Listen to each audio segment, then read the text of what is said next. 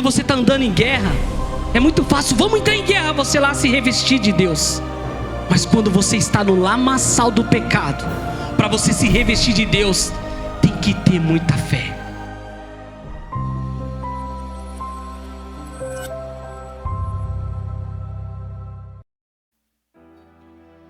No demais, irmãos meus, fortalecei-vos no Senhor e na força do seu poder. Revesti-vos de toda a armadura de Deus, para que possais estar firmes contra as astutas ciladas do diabo. Porque não temos que lutar contra carne e sangue, mas sim contra os principados, contra os potestades e contra os príncipes das trevas desse século, contra as hostes espirituais da maldade no lugar celestial. Portanto, tomai de toda a armadura de Deus, para que possais resistir no dia mau. E havendo feito tudo isso, ficar firmes. Estai, pois, firmes, tendo cingido os vossos lombos com a verdade, e vestido a couraça da justiça, e calçado os pés na preparação do evangelho da paz, tomando sobretudo o escudo da fé, a qual podereis apagar todos os dardos inflamados do maligno. Tomai também o capacete da salvação e a espada do Espírito, que é a palavra de Deus, orando em todo tempo, com toda oração e súplica no Espírito, vigiando nisso com toda perseverança e súplica por todos os... Amém. Pode se assentar aplaudindo Jesus nessa noite, amém?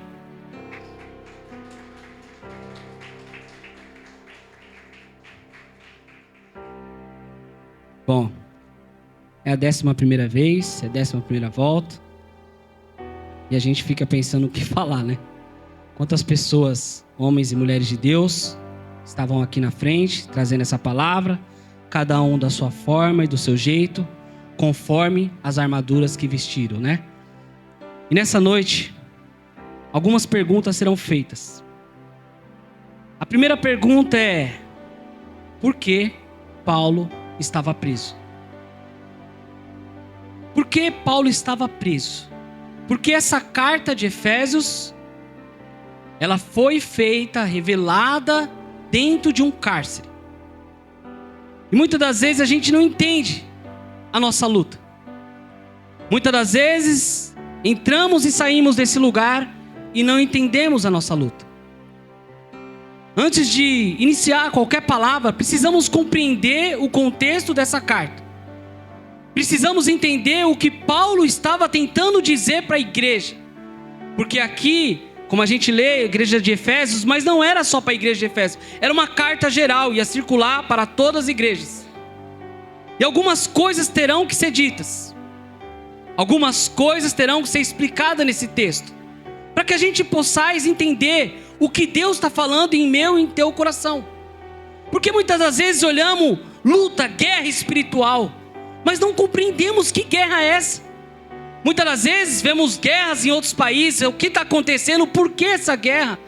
Muitas das vezes escolhemos lados em algumas guerras e não sabemos o porquê das guerras. Muitas das vezes não compreendemos o que está sendo atacado e o que está sendo defendido. Muitas das vezes não compreendemos aquilo que a palavra realmente fala em nossos corações. Falamos e desejamos muitas coisas, mas a palavra ela já é revelada, ela já foi nos ensinada. Ela tem que ser aplicada. E muitas das vezes a gente não entende quando a palavra de Deus ela é escrita e por que razão nós estamos lendo ela novamente, anos e anos, séculos e séculos depois da sua palavra escrita. Vemos aqui que os irmãos me ajudem, Efésios 1:13. Alguns dos contextos necessários para entender. E em quem também vos estáis, depois que ouviste a palavra da verdade, o evangelho da vossa salvação, e tendo nele também crido, fostes selados com o Espírito Santo da promessa. Existe uma promessa para nós. Versículo seguinte: o qual é o penhor da nossa herança, para a redenção da possessão adquirida, para o louvor da sua glória. Por isso, ouvindo eu também a fé que entre vós há no Senhor Jesus, e o vosso amor para com todos os santos, não cesso de dar graças a Deus por vós, lembrando-me de vós nas minhas orações, para que o Deus do nosso Senhor Jesus Cristo, o Pai da glória, vos dê em seu conhecimento o espírito da sabedoria e da revelação, tendo iluminados os olhos do vosso entendimento, para que sabeis qual seja a esperança da sua vocação, e quais as riquezas da glória da sua herança nos santos, e qual sobre excelente grandeza o seu poder sobre nós, os que cremos, segundo a operação da força do seu poder, que manifestou em Cristo, ressuscitando-o dentre os mortos, e pondo a sua direita no céu, acima de todo o principado, e poder, e potestade, e domínio, de todo o nome que se nomeia, não só nesse século, mas também no vindouro. E sujeitou todas as coisas a seus pés, e sobre todas as coisas constituiu como cabeça da igreja, que é seu corpo, a plenitude daquele que cumpre tudo em todos. A gente já vê a primeira orientação de Paulo, que Deus é poderoso e que tudo podemos fazer em seu poder, que não existe nada que pode tirar a nossa salvação. Porém, ele vai dar mais exemplos. Efésios 2:1. E vos vivificou estando os mortos em ofensas e pecados, e que no outro tempo andastes segundo o curso desse mundo, segundo o príncipe das potestades do ar, do espírito que agora opera nos filhos da desobediência. Estávamos mortos. Essa é a primeira má notícia. Estávamos mortos. Antes, estávamos mortos. Mas agora não estamos mais. Se nós não entender isso, se nós não compreender isso, viveremos como se estivéssemos mortos. Paulo fala que existe uma promessa. Qual promessa é essa sobre nossas vidas? Sair do culto, chegar em casa, ter um carro, uma casa. É uma promessa muito maior do que possamos imaginar. A palavra de Deus fala o que os olhos não viu, o que os ouvidos não ouviu, e o que ainda não chegou no nosso coração, é o que está preparado para nós. Mas olha para nós. Estamos esperando algo em Cristo? Estamos realmente esperando algo em Cristo? Parece aqui, olha para o lado, olha para o teu irmão, parece que tem uma esperança. Parece que estamos esperançosos naquilo que Deus já nos prometeu e confirmou na tua palavra que é verdade. Ou ele é mentiroso, ou não existe nada disso, ou estamos aqui à toa. Mas existe uma promessa. Mas estamos vivendo como não houvesse promessa alguma, porque estamos lutando contra a carne, contra o sangue. Não estamos entendendo aquele que fala em nossos ouvidos. Infelizmente, tem que ter uma direção, alguém que tem que dizer: dá glória a Deus, louve ao Senhor, tenha ânimo, tenha vontade, se desperta. Mas Ele já falou que a promessa é fiel e verdadeira. E muitas das vezes não entendemos. O diabo ele vem, ele tira, ele bagunça e deixa uma igreja morta. E nós estamos aqui em luta espiritual. Em luta espiritual. Não compreendemos muitas das vezes quando é falado um texto, quando acontece uma campanha, não compreendemos, mas tudo vem falando em nossos corações. Estamos em luta o tempo todo. Mas minha luta não é contra meu vizinho da esquerda nem da direita. Minha luta está sendo travada no céu. Porque Porque o diabo quer que eu tire de mim, de você, o entendimento da vida eterna. Mas tem algo que a palavra do Senhor vai nos revelando. Versículo 4 e 5 diz assim: mas Deus, que é riquíssimo em misericórdia, pelo seu muito amor com que nos amou, estando nós ainda mortos em nossas ofensas, nos vivificou juntamente com Cristo. Pela graça sois salvos. Não se preocupa, você não fez nada, nós não fizemos nada, mas seremos salvos. Seremos salvos, mas tem uma condição. Versículo 8: porque pela graça sois salvos, por meio da fé. Isso não vem de vós, é dom de Deus. Paulo começa agora a colocar a sua carta em um caminho. Num caminho da fé, da esperança, daquilo que Deus nos prometeu. E ele está falando para uma igreja que ele se alegra. Uma igreja que ele vê que todos os santos, quando é falar dos santos, é todos os irmãos. Eles oram um pelos outros, eles estão em comunhão. Eles estão vivendo aquilo que Deus deseja que nós vivemos. Porque ele morreu para que nós vivemos em uma condição de verdade. Ele morreu naquela cruz e ressuscitou para que o que ele fez fosse testificado por nós. Na nossa vida. A forma como vivemos em Cristo. Mas mais uma pergunta: estamos vivendo a vontade de Cristo?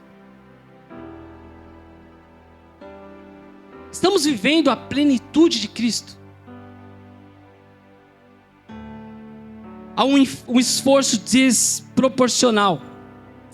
Esse esforço não deveria ser feito aqui dentro da igreja. Esse esforço deveria ser feito na rua, para quem não conhece a palavra de Deus. Mas é um esforço desumano, capaz de aniquilar qualquer mente, capaz de acabar com qualquer servo fiel a Deus. Porque é desumano o que acontece dentro das igrejas. É desumano a falta de esperança. É desumano a falta de fé. É desumano o que o diabo está fazendo dentro da casa de Deus. É desumano. É triste. Mas a palavra ainda vem nos falar em Efésios 4, 1, a forma que devemos viver. Olha só, a unidade da fé. Rogo, pois, o preso do Senhor, que andeis como é digno de vocação que fosse chamados, com toda humildade e mansidão, com longanimidade, suportando-vos uns aos outros em amor, procurando guardar a unidade do Espírito, que é o vínculo da paz. O Espírito é um só. Ele não está repartido entre nós. É um só. E todos vivemos por Ele. Há um só corpo, é um só Espírito, como também fosse chamados em uma só esperança da vossa vocação. Um só Senhor, uma só fé, um só batismo. Um só Deus e Pai de todos, a qual sobre todos e por todos e em todos. E Paulo ainda vai falar em Efésios 5, no seu versículo 1: sede, pois, imitadores de Deus, como filhos amados, e andai em amor, como também Cristo vos amou, e se entregou a si mesmo por nós em oferta e sacrifício a Deus em cheiro suave. Mas a prostituição e toda impureza ou avareza nem ainda se nomeiam entre vós, como convém os santos, nem torpezas, nem parvoices, nem chacorices, que não convém, mas antes ações de graças. Porque bem sabeis isto, que nenhum fornicador, ou impuro, ou avarento, ou qual é idólatra, tem herança no reino de Deus e de Deus. Ninguém vos engane com palavras vãs, porque por essas coisas vem a ira de Deus sobre os filhos da desobediência. E aí Paulo vai ainda falar sobre os deveres domésticos, como as mulheres devem se comportar. Paulo está dando uma cartilha. Muitos não gostam de cartilha, mas é necessário uma cartilha, para que possamos andar conforme a vontade de Deus, conforme a sua orientação. E agora começamos a compreender por que Paulo está falando isso. Porque Paulo quer que o povo esteja unido? Porque seremos atacados. E que quando vai ocorrer isso? Desde o novo nascimento. Desde quando nascemos para Cristo, estamos sendo atacados, dia após dia. O que ele quer tirar de nós? A nossa fé, a nossa convicção em Cristo. Lembra do primeiro dia, quando você desceu as águas? Você imaginava, agora já era, agora eu sou uma nova pessoa. Mas é difícil, é luta atrás de luta. Por quê? O inimigo tenta entrar onde? Na mente. Eu vi, todas as armaduras têm a sua grandeza e a sua natureza, e cada um aqui falou de algo exclusivo. Falaram do cinto da verdade. Quantas vezes nós vimos aquela célebre palavra de Jesus Cristo que diz: eu sou o caminho, a verdade e a vida. A couraça. Para que a couraça? Para proteger nossos órgãos vitais, entre eles o coração, da onde procede muitas coisas. Quantas vezes falamos do calçado do evangelho? Mas pensa, se estamos em campo de batalha, fecha seus olhos por um minuto, imagine você num campo de batalha, vestindo a couraça, vestindo o cinto da verdade, o sapato do evangelho, você andando para lá e para cá. Sabe o que é isso? É o crente dentro do seu lar, é o crente dentro da igreja, é o crente que está feliz, ele está falando a verdade, ele está vivendo em espírito de verdade com Deus, ele está fazendo algo que Deus deseja. Mas nós vamos ser atacados, vamos ser atacados. E aí é necessário ir lá no paiol. Paiol onde está as armas, onde está o escudo. É nessa hora que Deus fala: levanta, crente, porque dormes. Para com isso, você está em luta. Agora é hora de pegar as armaduras do combate, as armaduras que o inimigo quer tirar. A primeira coisa que começamos a colocar é o capacete. É o capacete que vai proteger a nossa mente. Talvez a gente ache que coisa necessária um capacete. Lembramos que Paulo estava preso, e quando ele tem essa visão, ele está com um soldado romano acorrentado a ele. Ainda que era uma prisão domiciliar, Paulo estava acorrentado. Ele podia falar, ele podia se levantar, ele podia pregar o evangelho, mas ele ainda estava tendo aquela visão. Mas você vê que Deus é poderoso, né? Ainda nas nossas dificuldades, ainda quando estamos presos, Deus ainda dá a revelação. Porque quando Paulo olha para aquele homem, o que ele começa a imaginar? Por que eu estou preso? Por guardar a minha fé. Assim ele vê um soldado. O soldado está pronto para guardar a sua fé. E aí talvez alguns exemplos bíblicos. E agora a gente começa a entender onde foi travada a luta de Jó. Onde foi travada a luta de Jó? Aonde que Jó venceu a luta dele? A gente começa a ver que o diabo estava rodeando, circulando, porque ele não é onipresente, ele não sabe de todas as coisas, ele só sabe aquilo que falamos. Ele não pode entrar na nossa mente, mas quando falamos, ele sabe o que pensamos. Mas Jó era um homem reto, um homem justo, um homem íntegro. E quem fala isso de Jó? O próprio Deus. Era Jó andando no meio da sua casa. Olha só, Jó era íntegro. Ele andava para onde ele queria com integridade. Jó era justo. A couraça estava sobre ele. Sabe, Jó andando no meio dos seus familiares, Jó orando pelos seus filhos, 7 filhos, cada dia da semana é uma oração, cada dia da semana era um sacrifício. Esse era Jó. Ele nem sabia o que seus filhos faziam, mas ele já sacrificava ao Senhor. Jó era temente a Deus. Jó era um homem exemplar. Talvez a gente possa dizer hoje, eu não sou igual Jó. Não chego nem perto. Talvez você é igual o filho pródigo, que estava na casa do pai, estava vivendo as bênçãos do pai, mas você não enxergava como deveria enxergar. Você precisou sair da presença de Deus. Você precisou comer com porcos. Mas sabe o que é mais difícil quando eu vejo o filho pródigo? Porque quando você já está andando no meio do arraial, quando você está andando em guerra, é muito fácil, vamos entrar em guerra, você lá se revestir de Deus. Mas quando você está no lamaçal do pecado, para você se revestir de Deus, tem que ter muita fé. Tem que ter muita coragem para você voltar de novo. Tem que ter muita coragem e disposição. Quando a gente vê a história do filho pródigo, é Deus falando talvez para mim e para você. Você está a um ponto de desistir. Você talvez já deixou suas armaduras do lado. Você talvez já esqueceu de onde você veio. Mas você agora vai ter que ter força e autoridade para falar assim: eu pequei contra o Senhor e eu preciso voltar agora.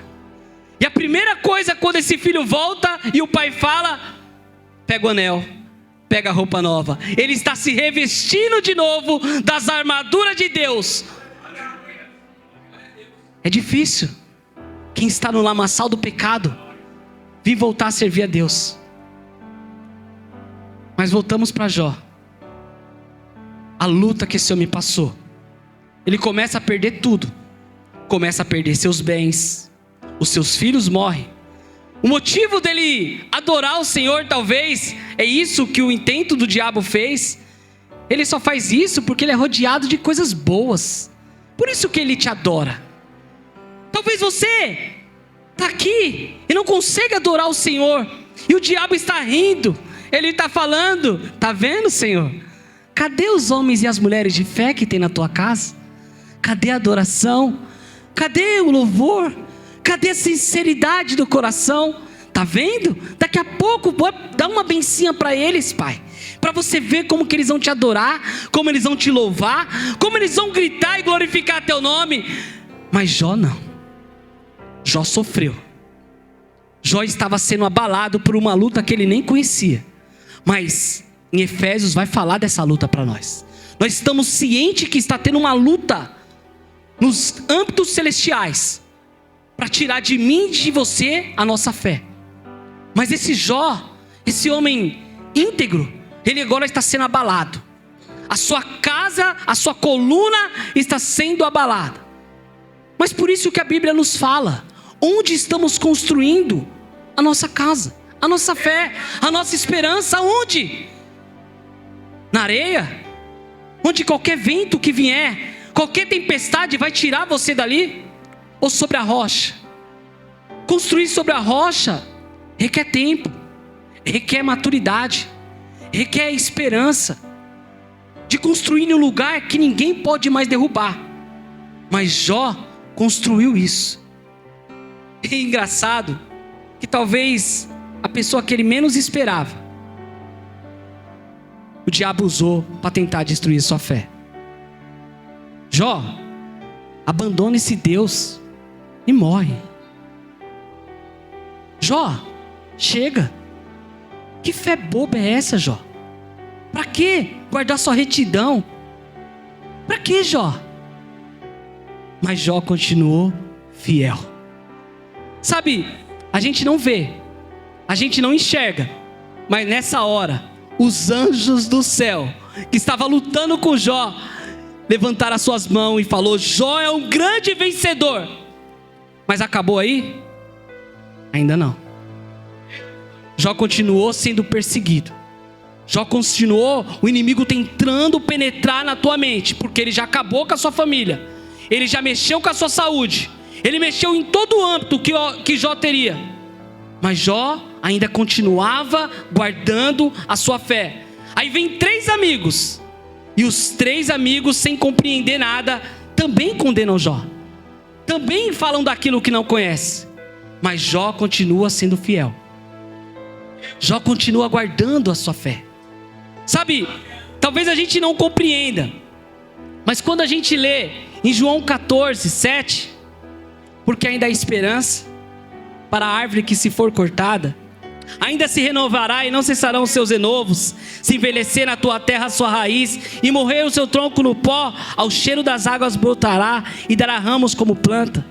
Quando entendemos que Jó está falando aqui, ele está falando assim: ó diabo, eu não sei o que está acontecendo, você pode tirar tudo de mim, você pode arrancar tudo de mim, até a minha vida, mas eu não sei como, eu não sei explicar, eu ainda viverei, porque eu guardei a muda da esperança dentro do meu coração, e você não pode tirar isso de mim, porque isso é dom de Deus, Ele colocou em mim, é esperança guardada nele.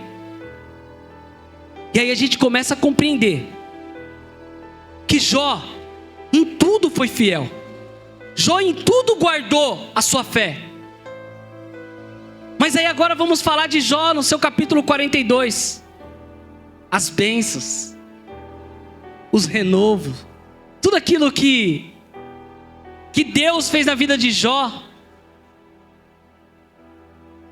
Por que Deus fez isso na vida de Jó, irmãos? Porque Jó guardou a sua fé, Jó guardou a sua mente. Todas as armaduras são necessárias. Em todo tempo temos que se revestir da armadura de Deus. Em todo momento, a partir do momento da nossa salvação até o último dia da nossa vida. Porque Paulo vai dizer: combati um bom combate. Paulo vai dizer isso. Ele vai falar que ele está sendo entregue por prazer. Ele guardou a fé dele. É o único lugar que os romanos não podiam tocar, em sua mente. Ele guardou na tauba do teu coração as palavras de Deus. Sabe, quando a gente começa a compreender Abraão, pronto para sacrificar. Mas o que Deus estava forjando na vida de Abraão? A sua fé. A sua fé foi forjada. Quando ele decidiu entregar seu filho, Deus falou: você é doido, bro? Tá, faz isso não, rapaz, eu só queria ver aonde que você iria comigo. Muitos de nós estamos perdendo muitas coisas na mão de Deus, porque Deus está querendo ir mais longe e nós estamos parando no caminho. Muitos de nós estamos perdendo muita coisa com Deus, porque estamos olhando e lutando contra a carne, contra o sangue, achando que o culpado de toda a derrota na nossa vida é do irmão da esquerda ou da direita. Muitos de nós não estão compreendendo aquilo que Deus quer nas nossas vidas, as vitórias que Ele quer nos dar. Sabe, vamos viver como novos convertidos, que tudo tem esperança, que tudo acredita em Deus, ainda que pessoas vêm dizer que não vai dar certo, creia na promessa que Deus fez para cada um de nós. Sabe, quando a gente crê na palavra de Deus, porque a fé vem do quê? Ouvir a palavra de Deus. Mas não é qualquer coisa, porque o diabo também ele sussurra no nosso ouvido, ele tenta nos converter para o seu mau caminho, porque o diabo ele veio para roubar, matar e destruir. Mas ele não pensa que ele vai destruir a sua fé fazendo igual fez com Jó. Ele tem outras estratégias. Ele pode te dar a casa dos seus sonhos, irmãos, só para você não vir mais adorá-lo. Ele pode dar o emprego que você pediu, só para que você não tenha mais tempo para Ele. Ele pode te dar tudo aquilo que você almeja no seu coração e que te afasta de Deus. Ele pode te dar. Ele tem várias estratégias para nos tirar da presença de Deus. Mas tem algo, irmãos, na palavra do Senhor, que nos deixa feliz, contente, alegre. Está escrito em Romanos 8, no seu versículo 31. Estamos em todo tempo em guerra.